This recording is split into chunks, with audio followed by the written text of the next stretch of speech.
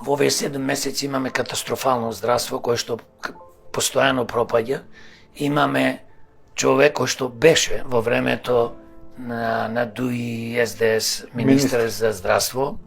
Сега тој истиот пак стана министер на здравство, што беше многу неуспешен, па го наградуваат партнерите, бидејќи кога влегуваш во коалиција, таму не се разговара дај да направиме врвна економија, да се бориме против криминалот, корупцијата, да имаме врвно здравство, образование. Што се разговара на тие маси, кажете? Таму се разговара кој што ќе добие, колку директорски места, колку министерски места, значи колку фирми ќе контролираат одредени коалициони партнери.